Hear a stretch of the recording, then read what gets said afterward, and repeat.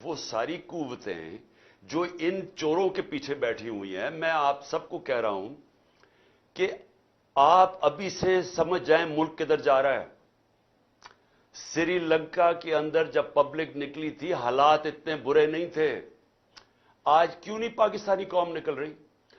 امید لگا کے بیٹھی ہوئی ہے کہ الیکشنز آئیں گے، تو وہ الیکشنز کی انتظار کر رہے ہیں کہ غصہ ان کا الیکشن میں نکلے گا، جس کی وجہ سے یہ بھاگ رہے ہیں۔ تو مجھے اپنی اسٹیبلشمنٹ کی نہیں سمجھ آ رہی کہ آپ کو اس میں سے کیا مل رہا ہے؟ ان چوروں کے پیچھے لگ کے جنہوں نے ملک کو تباہ کر دیا ہے، تو اس سے آپ کو کیا مل رہا ہے؟ کہ ان کے پاس تو کوئی اب طریقہ ہی نہیں ہے ملک کو بچانے کے لیے، ان کے پاس تو روڈ میپ نہیں ہے۔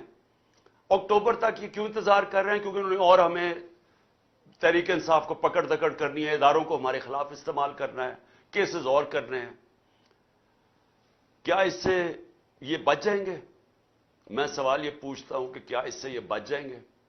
علی امین کو 1 مہینہ پکڑا، جیلوں میں پھرایا، کدھر سے کدھر، بکھر، پھر اسلام آباد، پھر اس کو لے کے گئے ادھر لاہور، لے کے آئے، تشدد کیا اس کے اوپر، پھر ادھر سے گیا پتہ نہیں شکارپور۔ تو کیا ہوا؟ 20 کلومیٹر لمبا اس کو جلوس لینے آیا ڈی آئی خان میں۔ وہ علی امین کہتا ہے میں نے کبھی اس طرح کی عوام کا رویہ ہی نہیں دیکھا، انہوں نے اس کو اتنا بڑا ہیرو بنا دیا۔ تو کیا فرق پڑا؟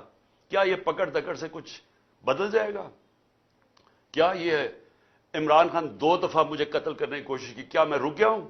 میں پھر نکل رہا ہوں، میں پھر جا رہا ہوں پبلک میں پھر جلسے کر رہا ہوں، بدھ سے میں جلسے کر رہا ہوں، 14 تک کروں گا۔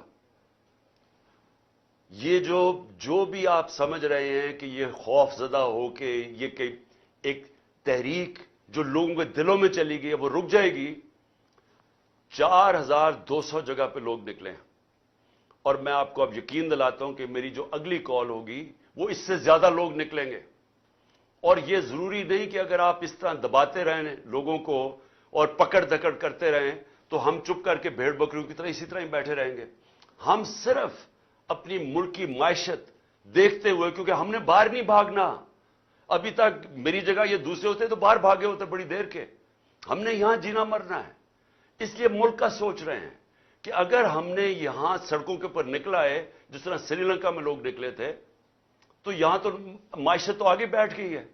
تو اس لیے میں سب کو آج کہہ رہا ہوں کہ یہ جو آپ ظلم کر رہے ہیں اور جو ہمارے کارکنوں کو پکڑ رہے ہیں، اس سے تحریک نہیں رکنے لگی، اس کو اور تیزی سے اوپر جا رہی ہے، لیکن اس سے ملک کو آپ تباہی کی طرف لے کے جا رہے ہیں۔